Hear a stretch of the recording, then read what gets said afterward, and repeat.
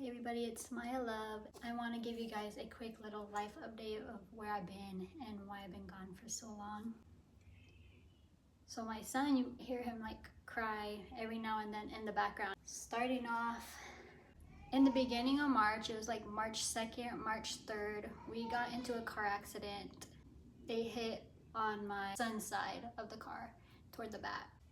It was super tough. It was like getting late. It was toward nighttime already. It was almost like I would say around 10. We're on our way trying to drive onto the freeway, and we weren't in the wrong. We had the green light. She said she didn't see us. That was in the paperwork. I was telling my husband, I was like, dang, like I'm actually hurting. We went to the hospital the next day so me and baby can get looked at. I do have some damage to the left side of my back that I need to get surgery on, which I refuse to get surgery on. It's not like mandatory. Since that car accident, it was super stressful because I was strictly breastfeeding my son. So that's literally all he was getting was breast milk. I wasn't producing as much milk as I was before. So like the 4-ounce bottles, I was producing maybe like 2 ounces of milk. It was pumping constantly 24/7, just pumping. I was not making enough. He was always super hungry, and it was so stressful because as I'm pumping, we're also trying so many different kind of formulas, and he was not having it. He didn't want to drink them or nothing. 4-ounce bottles, I would do half milk that I pumped and then water so he can but as soon as he would finish the bottle, he would want more, and he's drinking, I'm pumping another bottle. It was just like constantly, I was not able to take a break. He didn't want any formula. Then I wasn't able to take any of the medications for my back injury because I was breastfeeding. I was just constantly in pain. They put me on something else.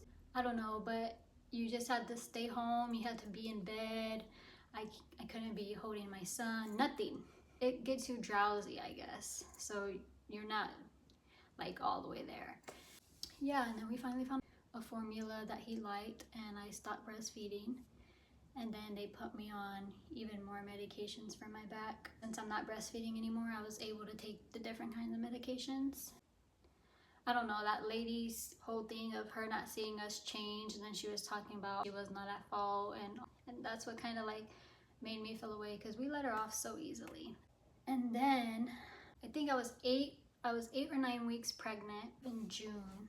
I don't know what the event was, but I had stayed the night with my family. I showed them my little ultrasound pictures and stuff, and I revealed that I was pregnant. That exact same night, I just was super sick. Like, my whole body was hurting so bad. Like, I could not move. It was so uncomfortable to lay down.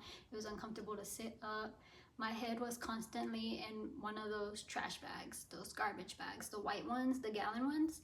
I was I'm telling you, from 5 a.m. all the way to 10 a.m., my head was in that trash bag. I was just constantly throwing up.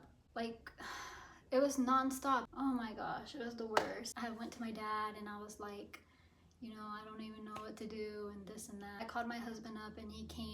He picked me up and he took me to the hospital. And the hospital was like, they did like the ultrasound to make sure like the baby was okay because I wasn't able to hold down nothing. I was throwing up everything. When I wasn't even eating nothing or drinking nothing, I was still throwing up. It was so terrible.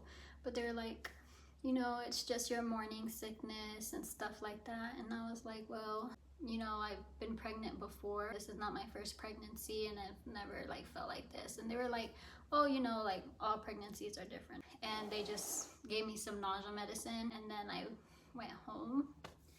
But like, oh my gosh, I was in pain for like 3 days. It was just so bad. I'd never picked up my son or nothing. Like, I was not able to physically mess with him because of how much pain I was in. And that fast forwards to the second trimester. I'm in so much pain. Like, I can feel my body and I wasn't physically able to move it. I wasn't able to like wiggle my toes or like move my legs or my arms or nothing. I was in so much pain. So bad, I was like throwing up, and there was like a really bad pain on my side. Like, when I'm breathing, it was hurting my rib. I told my husband, I was like, oh, I'm gonna go ahead and like sleep the pain off. I'm gonna try to like take a nap. and he takes me to the hospital. Same hospital that they released me when I had like the same kind of pain a couple months back. He gave me something to calm the pain down just a little bit. Didn't really help. I was literally in so much pain. I mean, it took the pain down from a 10. The pain was so crazy. It took the pain down from a 10 to like, I would say like a 7 or 8. It was so bad. From there, they transferred me to a different hospital, and they had like the ambulance come, and I physically can't move. They had to lift my hospital bed and then move me and then put me into the ambulance, and they couldn't strap me properly. That was my first time in the ambulance. So then I get into the other hospital, and they're like constantly putting stuff into my IV like every 30 minutes because the pain, it was so bad. They run like these tests. I get a CT scan. I physically couldn't move, and like for me to use the restroom, I had to pee in the bed. I couldn't get up to use the restroom. Like my whole body was not able to move. Yeah, they literally had to like strip me and change me, and they put like a bucket underneath me so I can pee in there, and then they clean me up and stuff. It was so bad. It was terrible. I get my test results back, and I need an emergency surgery.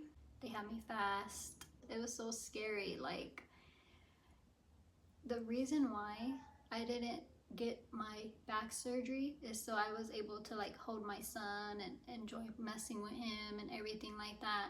It wasn't life-threatening or nothing like that, so I was like, okay, I'm gonna go ahead and go without it. And then we did like scheduled up a follow-up scan so they can scan me again, you know, and see like if anything's changed and if I'm gonna need to get that piece fixed, just so I can end up in the hospital needing an emergency surgery, because if I don't get it, I can. So I did end up getting a surgery anyway, and my stomach, the sun is going down. My nurses were amazing. I love my nurses and my doctors and stuff. They were amazing. I just love that hospital, and I'm super thankful that I was like in the right hands. I was like super scared because I can't back out of this surgery. I have to get it. And when I got the results back, it was looking like atomic fluid. I got an appendicitis surgery. Little piece of your organ, it's really little, and it's just hanging on to the bottom, right? And in the scan, well, I'm pregnant, so in the scan it looked like atomic fluid. So it was like, oh, you know, it's just gonna be like 2 little cuts, nothing bad. I stayed the night in the hospital, fasting. Yeah, and I'm like up most of the night because of the pain I'm in. The next morning comes, it's like 5 or 6 o'clock in the morning, and they take me to the surgery room, and I was super nervous, like, oh my gosh, like I don't want to. The hospital was like, oh, do you want like people to come in and pray for you, my family and stuff? You know, we had just prayed, so I was like, oh no, I'm okay. I woke up super emotional. I was literally crying, and like my nurses and stuff, she's wiping my eyes, and I'm crying, like so many tears are coming out, and she's like, you and your baby are okay, like you and your baby, you guys are okay. And then I was crying and crying and crying, and I just wanted my dad there. He's not dead or nothing. My dad is completely alive and fine. It was just like a moment where you just want to be like a daughter. It was a moment where I just wanted to be a daughter. I didn't want to be like a wife or a mom. Like I didn't want to have to like be strong or nothing, you know what I mean? I just wanted to like be a daughter. And I was crying, and I was like, I just want my dad. Like, where's my dad? I'm like super emotional, but I'm holding back my tears, and they move me back to my room. And as soon as I get into my room, I don't see my husband or my son, and I start crying again because my husband and my son aren't there. I wanted them to be there, you know, and I was crying and crying because they weren't there. When I went into the room, they put me into the room, I didn't see them, so I started crying again. Just for them to walk right in behind me. They walked in right behind me, and I instantly stopped crying, and I was just super happy to see them there. I really, really missed them. I was hospitalized for almost a week, like 5 to 7 days, I would say. I wasn't able to walk or nothing, so I had to like walk again. But they put these things on my legs because they didn't want me to get something. I don't know. It can kill you. It hurts really bad and it can kill you. So they were giving me like medication and stuff to prevent it because I physically was still not able to move.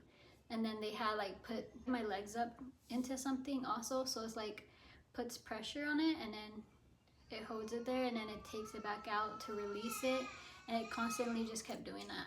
And I had it on most of the time. The only time I took it off was to get up to use the restroom. I wasn't even able to use a regular toilet, a little portable toilet. It was just so bad, but my nurses were so good and my husband was so supportive and my baby was there. And then to find out, the atomic fluid that they thought was atomic fluid was the organ, the appendicitis, the one that's supposed to be like this small.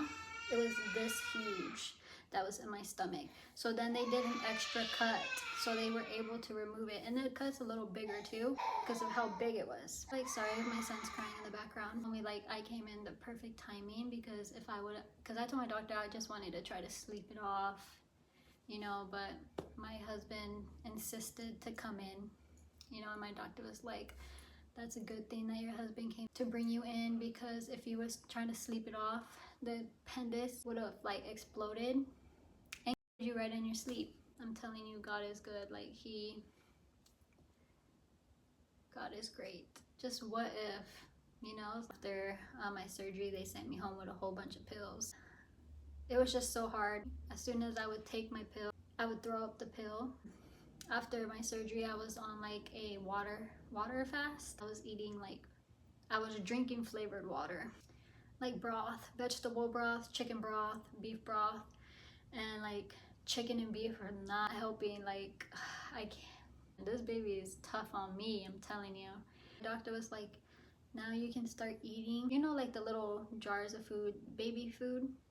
Eat small portions like that throughout the day, because you physically still can't eat a full meal. You're gonna eat like a baby. I ended up having to go back in to the hospital, I think like less than 2 weeks. My whole body was like starting to like rash up. It was like super bumpy. Oh my gosh, it was so ugly. And I like have the marks on my stomach, like they're fainting, but you can see them because it's like scarred or whatever. Up to here, it was like around my back. It was just like a rash that was constantly spreading, and it was spreading all the way to my legs. They told me to come in, and then from there they gave me like another medication for it, plus like a cream to rub on it because you can't itch it. It was one thing after another. Me, my husband, and my son, we all had stayed with my dad so I can get help. Like, I can't do nothing on my own. My husband took me to the bathroom. My sister took me to the bathroom. I wasn't able to shower on my own. I wasn't eating enough because as I'm eating, I'm like throwing up everything I'm eating, including the pills. So I'm in pain because I'm not holding my pills down also, which was so bad because I was on 2 antibiotics. So like the incisions that were made in my belly wouldn't get infected and stuff and cause me another problem. And that was such a big problem because I was throwing up all my medications that I was taking, and I'm taking them in different ways, trying to find a way. And the best solution for me was when I took it, I ate something like a strawberry or like a banana to like flush that taste down. Sometimes I would throw up the pill, but not the food. Super thankful for everything. I'm thankful to be alive and well and healthy. You know, my dad would take me up and down the stairs, and sometimes he would also help me get into the bed. My husband, the same thing. He would help me get into the bed. He would take me up and down the stairs. Same thing with my sister. She would take me to the restroom. I was not able to carry or hold my son for 1 whole month. So I'm just sitting there just watching him, just how he is and everything. I physically wasn't able to carry him, even though he wanted me to carry him and everything. And he wanted to sleep with me. He wanted to sleep, like, you know, and I physically was not able to do that. It was the saddest thing ever. I'm able to carry him now. I just don't carry him as often because he is getting big and he's getting heavy. So I don't carry him as often, and he walks around and runs around now, so it's not that much of a problem. It was like the saddest thing ever. That's the reason why I didn't want to get my back surgeries, so I can be able to hold him and, you know, be sober and not on like strong medications. That's the only reason why I didn't get the back surgery. Just to fast forward and end up getting a surgery anyway because it was life-threatening. But yeah, that's where I've been. I am pregnant. I am 32 weeks and 5 days. I'm just so glad to be back, and I'm so glad to be better. My pregnancy has been tough, but I'm continuing to like push myself through. Yeah, bye everybody.